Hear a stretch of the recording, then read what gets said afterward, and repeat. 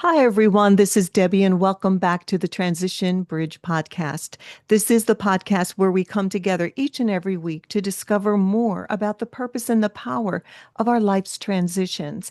And speaking of transitions, if you're finding yourself maybe struggling in a particular season right now in your life, as your life transition coach, I want you to reach out to me. I have my links there in the show notes, and this would just be a free call. I want to hear your story. And I want to see how I can help you potentially get to the other side. So, for our podcast today, I have a question for all of you. Is it possible to have a career that fulfills you and also brings you joy? Well, my guest today, Stephen Shortt, he is here to answer that question. Stephen Shortt comes to us today all the way from Ireland, and he's on a mission to make the world a better place with happy people in fulfilling, rewarding careers. Now, to further his mission, Stephen has founded the Happy People Project and also has created the Happy Work Life Map. And it's a framework that he uses to help individuals and teams align work and life by design, not by default. Stephen would share with you that happiness isn't the finish line. It's that feeling that you get when you're moving more confidently in the direction of a life that matters to you. Well, hey, Stephen, welcome back to the Transition Bridge podcast. It's fun to have you again. Hi, Debbie. Thanks for having me back. And Oh, so your question to start off with was, is it possible to have a career and be happy? The answer is yes. Thanks for having me on the podcast. Bye now. yes, I can't wait to hear the answer to that question because so many people go through life like, I do not like my job. And I know you have answers for us today. So I am excited. In fact, the reason I had Stephen back, we just had great conversation. He's just a well of knowledge and expertise. And the last time I had Stephen on, we had a great episode calling How to Build a Family Business Without Killing Your Family. Now, I just love that How to title. build a killer family business without killing your family. There you go. Thanks for making that correct. So if you want to hear that, go back to episode 219 on my podcast, and you can hear that. And you can also find it on my YouTube channel at Debi Ronca Official. So let's just move forward. So when I first, we talked about this Happy People Project, I just knew I wanted to have you back on and have a conversation about that. So what brought you to the place to create it? And let's begin to hear all about this framework. Yeah, so I mean, when I was on the last episode, so we were talking about the transition of family business because I've grown up in two family businesses. I bought both of the family businesses, and now I've sold one, and I'm kind of restructuring another. But probably about 3 years ago now, Okay. I was a pretty not a great place.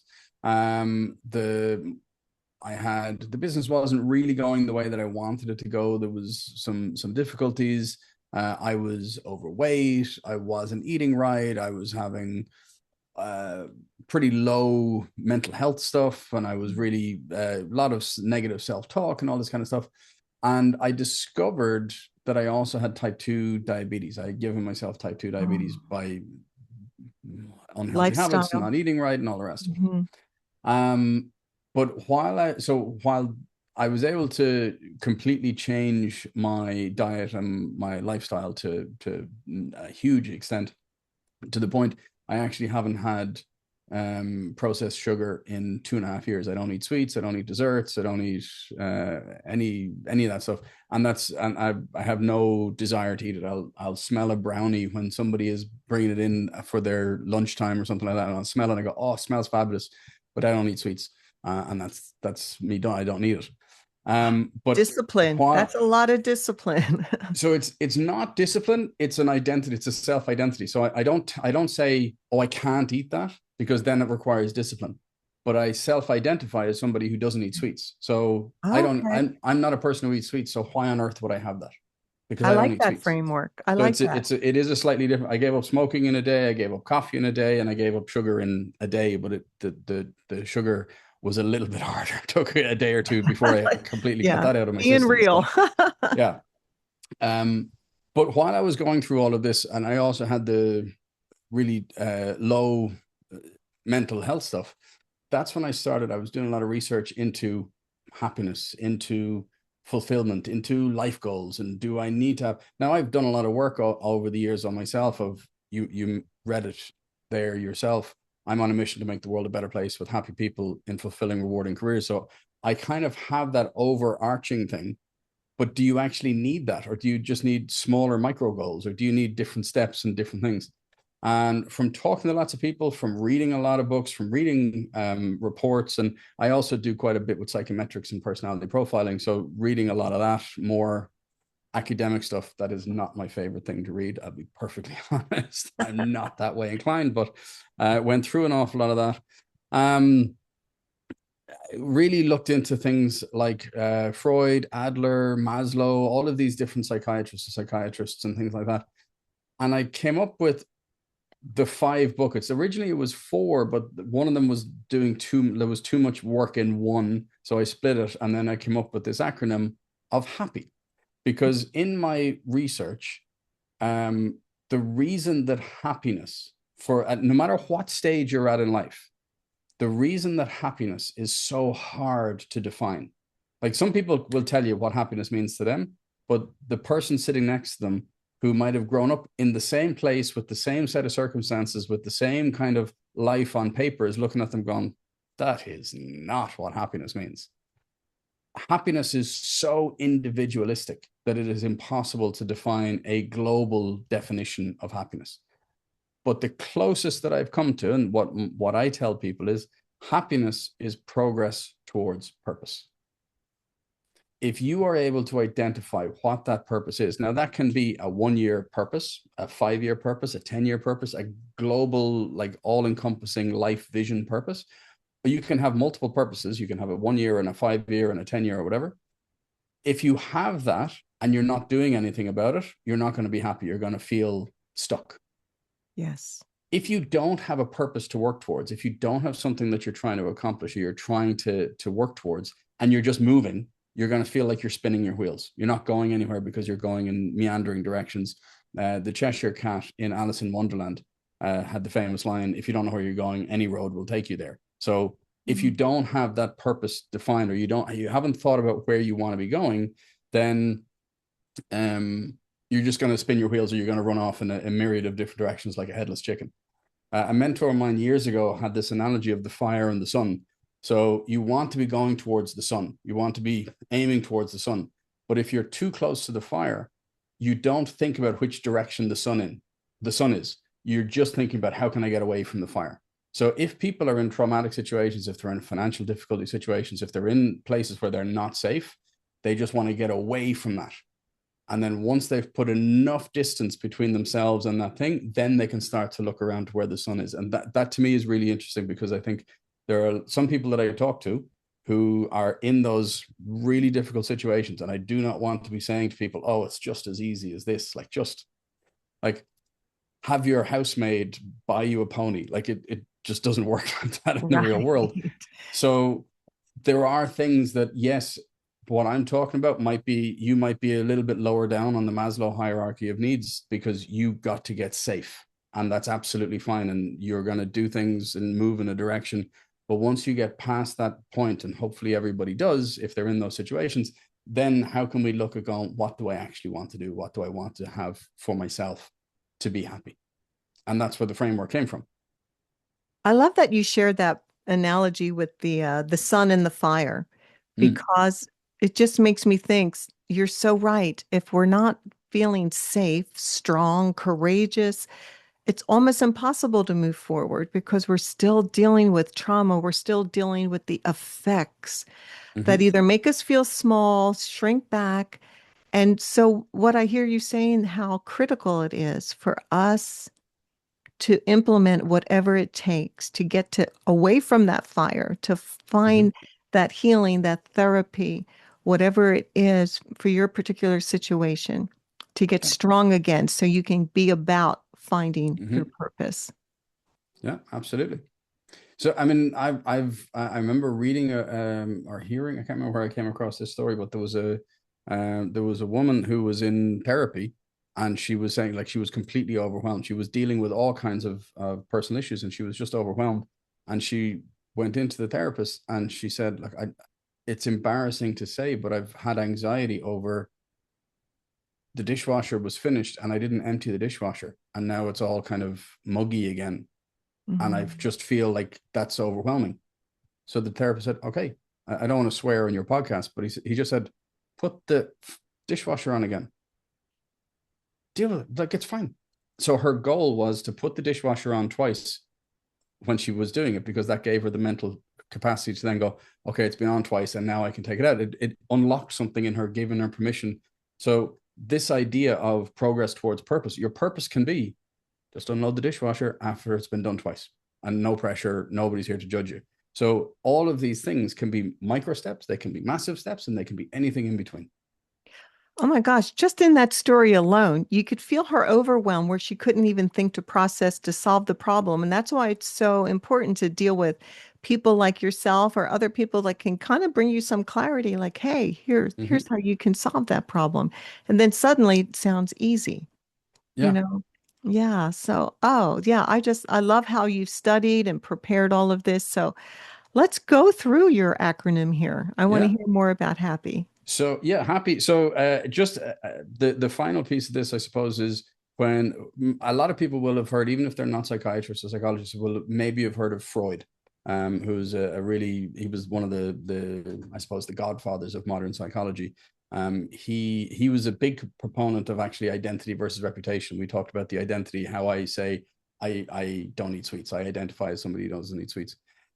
Where I have a bigger, I suppose, not issue with Freud, but I don't like, I'm not fully in agreement with Freud in that he's always looking backwards, like what was in your childhood, what was in your this, Mm. and that's fine, and we need to be able to deal with those things.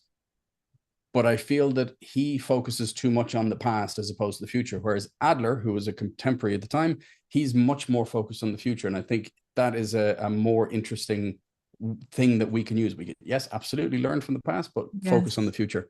Um, Actually, Adler was the one who coined the phrase imposter syndrome, to help people to understand, okay, you need to, if you feel you can't do it now, you need to work on it so as you can do it, not to hold you back. But that's a whole different conversation. Oh, I know. Well, um imposter syndrome is huge for a lot of people. mm. Yeah. But imposter syndrome, I think the original term for imposter syndrome was actually imposter phenomenon. It wasn't something to hold you back. It was this thing that they noticed that people, when they were starting out doing something, they felt like they hadn't enough mastery. But what Adler wanted people to do is to actually use that sense of, oh, I don't have enough mastery, to drive them forward to actually get that mastery, not to hold them back and make them feel that they weren't worthy of being there. It's an interesting thing. Yeah, But he flipped it. again, Yeah, he yeah, flipped it's an it. Yeah. interesting. So happy is the five buckets, I suppose, of things that we need to think about to help us to see very clearly what do we actually want. So H are highlights. If we're looking forward for us, what do we want? What do we want to accomplish? What do we want to do? What do we want to achieve? What are the things that we want for us? Do we want to start a family, start a business, travel to do a safari, scuba dive in the Maldives? What are the highlights that, if you imagine yourself in 40 years' time looking back, what do you want those highlights to be? Getting married, having kids, whatever it is, Hmm. what are those highlights for you? What do you want for you? So this is, it is not what other people think you should want. It's not what you think other people think sounds good. It's what do you actually want? You don't have to justify this to anybody. What do you actually want? So then A is appreciation. A is looking backwards. So thinking of the different people, think the different moments, the different milestones and highlights that we've already had, or sorry, not or, and what are the difficult things that we've come through? And again, I talked about this with the fire and the sun. There's people who've overcome really horrific things in their life, Yes. unfortunately. But what has that taught them? I'm not saying that they should be appreciative of the situation or the person or the environment or whatever, but be appreciative of what that has taught them: resilience, trusting yourself, whatever it is. Hmm. What are the things that, who are the people and what are the moments that we are appreciative of, or we deep down are thankful for, because that helps us to get to the future point.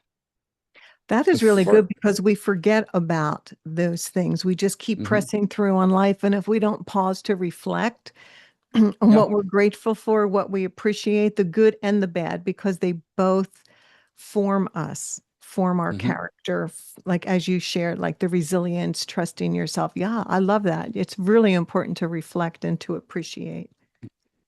So I use it in my workshop as well. So I talk about Freud and I talk about Adler, but Mhm. there's another world famous philosopher that pretty much everybody in the world has seen, Rafiki from The Lion King, the baboon who helps Simba come back. And he has a great line, which is, the past can hurt, but the way I see it, you can either run from it or learn from it. And this is what the appreciation exercise is all about, is like, what can we take from it? What can we be appreciative Mm, of and move ourselves forward? love it. Um, so then the first P from happy is progress. What are the skills? What are the habits that we want to build? What are the skills we want to improve in ourselves? What do we identify as, okay, I want to be better at public speaking, or I want to be better at um, playing a musical instrument, or I want to be better at editing a video, or I want to be better at being a good father, or I want to be healthier, so I want to be better at going to the gym, or whatever it is. What's the progress that you want to make that is either going to help you with your hobby or help you with your career? So help you to be, there's two sides to it. So what do you want to do? The second P then is people. This is super important for me. Yes. Um, and people actually there's two sides to the people section of this. One is, who are the people who are in your life? There might be a lot of people in the appreciation that are in the people category as well. Like, who are people that you want to have in your life? Who are people that you want to spend more time with? Who are people that are important to you? Hmm. The other part of people, though, is, who are people who you don't know who you admire? So who are some celebrities, or who are some well-known people in your industry, or people who you've seen on social media, or people who you've seen on a talk or something like that, or read about in a book? Who are those people, and what is it about them that you admire? Because when we admire stuff in other people, it generally gives us an insight into the things that we want to develop in ourselves, and that can actually feed into the progress side of things. So I really like the dedication, or I really like the quick wit, or I really like the way that that person cares for other people. That's what I really like about that, and I want to be more like that. Kind of like a role model in a A way. role model, but what is it about them as a role model? It's not, oh, Hmm. Ronaldo, he's super famous and he's great at football. Like, look at the other things that, like, what's the dedication, what's the passion, what's the routine and the resilience and all the rest of it? What are those things? Gotcha. And then the why is your contribution. We're not here to take. We are here to add to society. It's one of the things that I say to my daughters all the time. My job is not to have you be happy teenagers. My job is to have you being contributing members of society for the next 60 years. Like you're here to take part, not to take. So for some people, that is, I want to make art. For some people, it's, I want to write poetry and share my poetry and share my beautiful thoughts. For some people, it's, I want to build a business. For some people, it's, I want to work in a charitable environment. For some people, it's, I want to do my job and have an impact in my family. For some people, it's, I want to be a stay-at-home mom and I want to raise kids. Whatever that is for you, where are you contributing? Because that's an important part of it.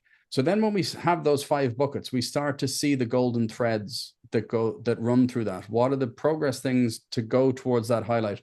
Is that something that we want to do in 2 years, in 10 years? Is that something that we would like to see in 20 years? Mm. Progress, like, if you want to run a marathon, okay, I think one of your progress things might be, get your ass to the gym, or Right. get out and run, whatever it is that you want. So you start to see these threads.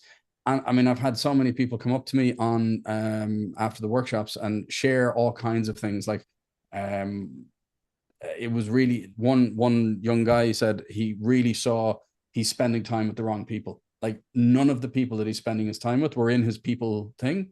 And he's going, oh, I need to be more focused on this. I had another one about appreciation, where at the end of the workshop, I get people to send a message of appreciation to somebody that was in their list, just to, as the first step to doing something. I had one guy who sent a message to his father, and they're good, but they don't talk about feelings. Right. And the father was so moved that he then sent a message into the family group WhatsApp about that. And it started this immense, massive conversation between the father, the mother, him, and his two sisters. And they were all, it was just magical. Like, we were at dinner that night and he was nearly in tears telling me about it. It was amazing. Oh God, Um, it's beautiful. so and I've had other people who contact me like a week later and going, I'm still like, things are pinging and I'm really seeing stuff with clarity and I'm making differences and all the rest of it. So it's a wonderful, it worked for me. It does still work for me. Like when I get a little bit down, or if things are getting rough or whatever, I will go back to my happy life list. That's the what I start to write out and go, are these things still important to me? Are these still things that I want to look at? Are these still things that I want to have an impact in? And it gets me thinking about the future and what I need to do step by step to get to that. What a powerful framework. Just listening to everything. It's each one is so full of life. And, just the part about the appreciation, that's a Mm, contribution in a way as well. I have my book, The Family Letter, and it's all based on the fact that everyone has a longing to be known, loved, valued, and celebrated. And just having that mhm. son thank his father, Yeah, the words that his father probably longed his whole life to hear, have I made a difference in my son's life? What I have done, does it even matter to him? And to have the son actually share those words, and then you see the mm, ripple effect in the whole yeah, family. You're just bringing life to so many people. I think that's so powerful. And so, it sounds to me like you have a record of your own framework, your own happy framework that you go back to and refer yep, to. yep. And then as the years go by, you add to it, or Add maybe to it. cross I mean, off. I spend a lot of time. So actually, one of the things I built. So people have bucket lists. Yes. And for me, the term a bucket list is actually, it's not the right term for this. It to me, a bucket list feels like a morbid checklist of stuff that I have to get done before I die. Like it Yeah. feels not inspiring. So Mm-hmm. I want to change that to, instead of being a bucket list, to being a happy life list. What are the things that we can proactively, that we want to do? So I've actually built a completely free tool called happylifalist.com, where people can go build out their own lists with visuals. Because one thing that I discovered when I was going through this, even years ago when I was still calling it a bucket list, when you make it visual and look at it, it makes action on it much easier. Like, you can write stuff down and you can have a notes app on your phone and just have lots of things on it. That's fine. But if you're able to put visuals and find photographs, like creating a vision board, Mm. it makes it easier to visualize the success, to have the plan in place. And then, so the workshop that I do is called the Happy Work Life Map, and map is my action plan. So what are the steps that I need to do in order? So I've identified, these are the two things I want to do this year, and that's a 5-year plan. The two things I want to do this year, this is how I'm going to go about doing them. And the 5-year plan, this is how I'm going to go about doing them. Not necessarily on Tuesday I'm going to do this, then on Thursday I'm going to do this. It's like, what are the things that we need to do? And when you're visualizing that for each one of your purposes, each one of your progress towards purpose, when you create that purpose, the most important step is defining and painting a picture of what does that final step look like. So let's say that you say, within 2 years, I want to scuba dive in the Maldives. I want to dive with turtles and dolphins in the Maldives. Okay, how do you know, what's the victory condition of that? Is it you're getting on the plane to fly to the Maldives from Dubai or wherever it is? Or is it you're sitting on the boat going out for your first dive? Or is it picturing yourself going backwards and falling backwards? Or is it coming up at the end of your last dive? What is that? What does that mean that you've done it? You've accomplished it. Mm. That's the image, and that's the final step. Then all the other steps lead to that. I like how you get to the end of the story. Like, okay, what is that moment that actually says you've accomplished that, and then build it from there. Yep. I love the story. So tell me a few more about your clients that have come from the workshop, because I think the audience could really relate to some of the stories that you're sharing. Well, so I hear lots of people that come back to me. Another one, she just lost her father a couple of months Mm. beforehand, and he was on the top of her list, and he was an important thing. But it also, she said to me a couple of weeks later, because I happen to know her quite well. She said to me a couple of weeks later that it was helpful in a kind of a grieving process, because she had been dealing with the grieving process, but putting him down on a list of somebody who was in her appreciation and in her people, but it's not in her people going forward. It helped her with a little bit of the transition. So that was a lovely moment for me. For other people, I just did one in Istanbul, in Turkey, a couple of weeks ago with a group of young people.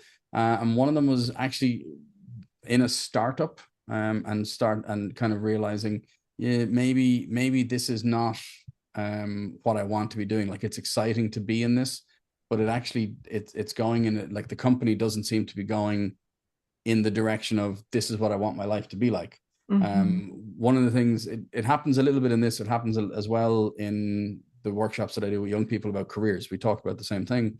Um, if you're deciding that you want to travel, for example, and you want to have freedom to be able to travel in different places, maybe being a lawyer is not the right career for you right now, because that doesn't map with where you want it to be. So having some clarity over that, what you actually want to do, and then whether it's time to move on from something you're doing now, or close that chapter and move on to a different chapter. Because if you were to do the happy work life map 20 years ago, it could look very different to what you're doing, what you'd like it to be now. And that's because people change, people evolve. It's not like your core values typically are your core values, but your Right. goals change and are malleable over time, and situations change and people change. There's that old thing of no man ever steps into the river twice, or no man ever steps into the same river twice, because both the man has changed and the river has changed by the time you go in. So everything is in flow. So there might be things that you would have written down on your bucket list before you knew the better name, which is the happy life list. So in your bucket list, you might have had some things, or there might have been some people, or there might have been some goals that you had, that now that you're in a different place and you're married and you've young kids, you're like, yeah, I'm not that interested in driving Ferraris around the racetrack anymore. Or and maybe not. I did that recently. But maybe you're not interested in doing all these crazy off-piste adventures, because actually what you have now is a different environment, and that's something that you value more.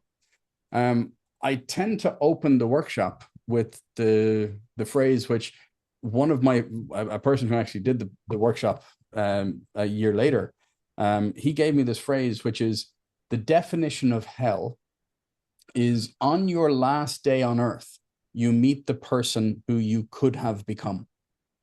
Oh. Mm. And I leave that, and I let that sit with people, and I let it, and people, and then they share this, and they start shaking their heads like you're shaking your heads now, or your head now. But I think, so then I underline the word could have become. That's doing all of the work in that sentence. Because my wife used to always say, before my kids were born, or when my kids were young, she used to always say, if it wasn't for her and the girls, I would be traveling all the time, and I would be doing deals and being an entrepreneur all over the place, and spending my time in between Dubai and America and all these other places. And I would be potentially flying private and partying on yachts and all that kind of stuff.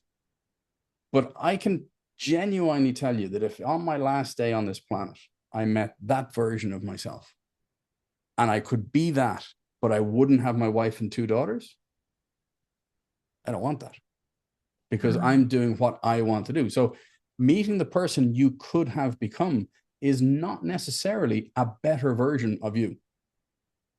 If you're able to identify, look, this is what I want to be spending my time doing, this is what I want to do, then it doesn't matter what other versions of you are out there, because this is what is bringing you happiness.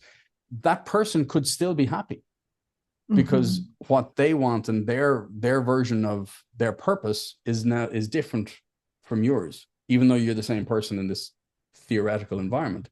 Mhm. But if you're able to identify, and like you help people with their transition and they're going through different changes, and if somebody is going, look, I've done this, I'm not happy with what I'm doing, whether that's a relationship, whether that's a career, whether that's living in a certain city, like whatever it is that they want to look at, if they're able to use this to get a clear lens of this is how I want to do something else, and they're able to change, they then become a different version of themselves than whatever that path was on. And if it's the one that is by design for them, it's their happy path. I love how your framework helps them to discover that because I agree with you, Stephen. So many people, they don't know how to move forward. Mm-hmm. And giving people permission is what I heard you say earlier about like their different goals, that they're a different person than they were 20 years ago. A lot of people accomplish things in their life and they just think, okay, I've done it, I'm done, and the rest of my life is just going to be this. Mm-hmm. But they stop dreaming, they stop having hopes and inspirations for more, for higher, for deeper. And so I hear you giving people permission. Yeah, like there's more goals, there's more things that you can be do. And as a result, the person you are just becomes different as you go through life. And I think that's when you can look back on life and feel satisfied that you allowed yourself to evolve. Like I always tell, women in particular, you have to stop reading that same chapter in your life. You have to turn the page Mm-hmm. because the next chapter is the next part of your story. And the chapter after that, there's so much more to discover. And I use just, the analogy of reading a novel. If you stop in the middle of the book, you never see that character get developed. You never Mm-hmm. really hear more about the plot. You don't know how it ends. You don't hear all the ups and downs. You don't hear the adventures. And that's what happens in our lives if we just finish a chapter and then stay there because we're afraid or we don't even know how to move forward. And that's what I love about your framework. When you take that time to reflect, on what are my highlights? What am I appreciating? The people in my lives. How can I be a contributor now?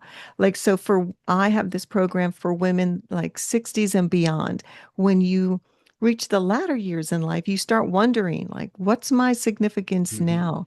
And I always tell them, this is a season of convergence for you. This is a season of contribution because you have a life of wisdom and expertise. And Mm-hmm. there's someone else maybe coming up in the ranks in the business world that you've walked in that you can turn around and mentor. Or, Mm-hmm. there's just different ways that you can take your life experience. So even in your 60s, 70s, and 80s, we should still be vibrant, contributing, and still looking forward. So it's a conversation I have with my folks fairly regularly because I had this thought, like I took over the family businesses. It's a good wow, it's maybe 10 years ago now that I sold one, and my parents kind of exited the other business when I took over maybe 6, 7 years ago now, and it's around the same time. Um, but I was very mindful with my folks, and I said, you don't retire because you get old. You get old because you retire. So Right. they needed to have stuff, and they're still now. My parents are 80 and 84. We Mhm. live in a multi-generational house. They drove down the country with my aunt, my father's sister, and they stayed for a long weekend out in the west coast of Ireland where it was beautiful weather. They're still active, playing golf, swimming, and still semi-involved in the business. In that they're consulting with us and they're consulting with me on different things, but they have stuff to do and they love spending time with their granddaughters, but not to be babysitters. Like my daughters are both in teens now, so they don't need babysitters. They need No more chauffeurs to bring visitors. them to social events. Um, but the so I think it's really important, and I think the work that you do is really important in the framework for the family business stuff that we talked about.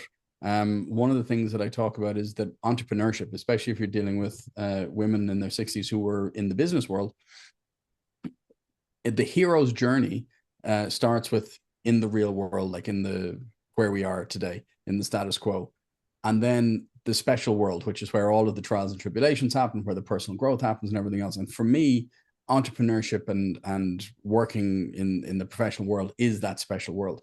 But before everybody goes on a hero's journey, they either meet a mentor or they find a MacGuffin, they find a thing that will help them. Mm-hmm. And my argument with, because I work with a lot of current generation family business owners who are struggling to let go and struggling to see what they do next because their identity is all wrapped up in this. So Right. what I want is for them to finish their hero's journey, to come back to the real world, because that's the end of every hero's journey. We talk about the book and stopping halfway through. The end of the hero's journey is always coming back to the real world, a better changed hero. Mm-hmm. And what I want them to do then is to go to become the mentor for the next hero's journey. So for the next person coming through to help them with their hero's journey. And that's in a family business that allows it to be, that's the build a killer family business without killing your family. That's scaling through the generations. But I think it's apt for the people that you're working with as well on how can we help somebody who has done this for 30 years, 40 years, and if it's a big part of their identity, how can we help them to change their identity like I've done with No Sweets and all the rest of it? Mm-hmm. How can they see themselves to then be contributing to be a mentor to the next generation and have an impact, and your contribution in Happy, how can they do that? Mentoring, I believe, just brings you so much life, Mm, especially in those latter years, and you start realizing, oh, I really did accomplish something. I mm, really do have something to share. I do have wisdom. One of the areas in life I love to mentor in is young moms, mm-hmm, because I just remember, my kids are older. I have grandkids now, but a couple times a month, I either go speak to a group or I spend one-on-one time. And I I feel so fulfilled after that because I feel like I give them hope. I can understand, I can empathize. And so for anyone who's listening, mentoring is a powerful mm. force in life. So if you're wondering what to do next, mentoring is a great option. So I've been a mentor and a mentee a number of occasions. I get a huge amount of value being a mentee, obviously, and getting that wisdom, but Hmm. also being a mentor for younger people and for peers. I actually get a huge amount from it as well. So, but the reason that I think a lot of people don't become mentors is they feel exactly as you said, oh, I don't think I've accomplished much. I've just done my bits and pieces. But actually, the Hmm. amount of uh, different perspective, the amount of life experience that you might even take for granted that can have a dramatic impact on somebody else is immense. And as a mentor, I've gotten a huge amount out of those relationships as well and learned myself different things. So yeah, I think it's brilliant. Thank you so much. I appreciate that affirmation from you. I receive it. Okay, so I have one final question. I know you also use this framework to help teams. So what is the difference between individuals and actual like corporate teams? So it depends on whether the team is doing it. I mean, you can use this happy framework as a project thing. So you can think of the highlights of the project that we're building, the appreciation for how we've gotten to where we are today, Mm. the progress. What do I need to be? Do I need to be upskilling myself on Excel, on coding, on whatever? Who are the people that we need in the team? Who are the stakeholders? And then your contribution, what am I going to be doing on it? So you can do it in a very tactical way like that, or you can do it where you're pulling together a team of people that are working together, that we want them rowing in the same direction, but we also know that they have lives outside of the 9 to 5 or the 8 to 6 or whatever they're working, and how can we support them to be building their own rounded lives, because the happier people are outside of work and inside of work, the more productive they are, the more collaborative they are, and the more they're able to add value. Like if we're going to be completely capitalistic about it, having happy workers gives you a better work environment. So True. we can have that and help people. Where I sometimes get people push back a little bit is going, well, what if they think actually they don't want to work here anymore? Like they're gonna go do something else. Like, well, would you rather somebody is going thankful for you to help them to really make that life decision, see out the next 6 months, making sure that everything is handed over? Or do you want them sitting there miserable, just going through the motions and it's slowly going downhill? So it depends on how long term, medium term that you want to be about it. if you're the type of environment that goes, as soon as somebody says, "Oh, I might not be happy here," that you get rid of them and move on. Yeah, maybe it's not the right workshop for you. But people are going to figure out that they don't want to work there all by themselves without me. So, but what I find is with doing it in groups, especially doing it in groups who kind of know each other, because as part of the workshop, when they've written down, and I give people 3 minutes to write down stuff. And the reason Okay. I give people for each of the buckets, the reason I give them 3 minutes is because if I only give them 90 seconds, they're going to think about the top of mind things, the easy stuff that, oh, yeah, oh, I want to go to Machu Picchu. Oh, I want to go see the Eiffel Tower. Oh, like the easy stuff for the highlights, Right. The bucket list type the things. bucket list, or the stuff that other people think should look good, like what Mhm. everybody should have on it. But if you write for those 3 minutes, that's when your subconscious starts to come in. That's when you start to actually write down just a little note, the little word, the little phrase, the little something else. But 3 minutes is not long enough for your rational brain to kick in and go, well, that's not realistic. So in those 3 minutes, if you actually do the free writing, you fill up a huge amount of that piece of paper. And I've seen it so often. And I tell people, just keep writing, just keep writing. Just, I don't know what to write. Just keep writing. And then they start to uncover these little nuggets. Because then what I do in groups is I get people to share. So pick one or two of them and share with your neighbor, or share in a trifecta, share in a, because then you might get inspired by something that I wrote, or I might get inspired by something that you wrote. Oh, I didn't think it. Oh, that's brilliant. And they write it down. And it starts these conversations. That's where I get the messages like a week later and going, I'm still like, it's triggering lots of different things for me. And I'm writing stuff down and drawing stuff. So it's not a one and done kind of, okay, this is a 3 hour workshop. And at the end of it, your life is sorted, off you go and never see you again. It's how can this come together? So when I do it in groups, that's what I do, and then I get people to start figuring out what, not the full map, but start visualizing that last step of that goal. What does that look like for them? So when they're doing it and they're getting inspired, and the energy in the room Mhm. is really different, it works really well as well. And when I'm doing it with teams in corporates or in small businesses, people get more aligned, they get more inspired by each other, and they learn little bits about each other, and they get to connect in a way that they don't normally connect. It really builds the culture Yeah. of the business as well. I think when people are bonded and connected personally, it really helps. And I can just see your work, Stephen. It's like you're helping people push back the cobwebs. Yeah. People stop thinking, people stop, we get stuck in a pattern of this is what we do every day. This is my life. I'm going to be here for 20 years and maybe I'll try something different. But you're helping them to discover in that moment more about who they are, more about really what has maybe been pushed down or is dormant inside of them that they've pushed aside. Like, I just feel like this awakening that happens in the people that come to your workshop. Mm-hmm. Absolutely.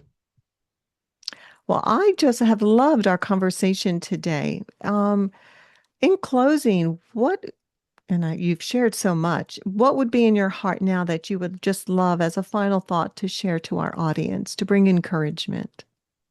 Really progress towards purpose. Spend some time, try and figure out what that purpose is for you. And even if you're just making one small step a day, it will immensely impact your happiness. And that's what I want. The 60% of our time is either spent at work, 60% of our waking time is either spent at work or thinking about work. Mhm. So we've only 40% of that time when we're not at work. So if we're not doing something, if we're not aligned with our highlights, our appreciation, our people progress, and your contribution, if you're not aligned with your work, you're not aligned at home, you've no chance. So figuring out what it is that you actually want for you, not for anybody else, for you, and then making progress towards that. That's all I want for people. Oh, that's great advice, Stephen. So, what would be the best way for someone to reach out if they want to work with you and learn more? Happypeopleproject.com has all the information. I'm building out, so there's the happypeopleproject.com, and that links to the happy work life map, and it links to happylifelist.com. So the two kind of offshoots. I'm working on a self-paced workshop that people can just do. They can sign up for free and do the, like me talking them through the whole process. But would love to come out and talk to different people and even do virtual sessions with people. That would be awesome. And what was that list that you were referring to at the beginning of the podcast that people can, is it, they can get that on your website? So yeah, happylifelist.com. Hmm. When you can build out your own, you can actually see, you might put it in the show notes. So Yes. on, so happylifelist.com /my /Stephen Shortt. So my name is my public facing, just to get an idea of what a happy life list looks like. So I have the different highlights that I want, the ones that I've done, the ones that I've done this year. There's the only one that I don't have, that I don't make public, is appreciation, because I don't like, there's people that might be quite private. I Right. don't necessarily want to be putting their details out, but the people who I Hmm. admire, I have all of those up. The people I want to meet and maybe interview or chat to or something. Your contribution and progress and people, all of that's there to give you an idea of what you can build for yourself. And again, completely free of charge. That's fabulous. That is fabulous. Well, Stephen, thank you so much. You're just really, I just love your work. I can just feel the wheels turning in the audience. They're just thinking, I need to do this. This is what I've been missing. And you're just helping people become stronger, more fulfilled. And for anyone who now, do you wonder is to the answer to that question, can you find a career that you feel happy and fulfilled in? I hope you heard your answers today because there were several. It is possible. Um, and Stephen has the framework. So I'm going to have all of his, connect information in my show notes. Please reach out to Stephen. Don't stay where you are. I think you've heard today there's so much more within you that maybe you haven't discovered yet because you just haven't had a framework to go through to help you discover the answers to those questions that you have. So don't be afraid. Don't use imposter syndrome to keep you stuck, but as you had shared before, to use it as a catalyst to move you forward to what is left in your life that you could still master and become the person that you were meant to be. So, Transition Tribe, thank you for coming in each and every week because you're hearing each week there really is purpose, there really is power in our life's transitions. And if we embrace them, we're going to grow and be transformed.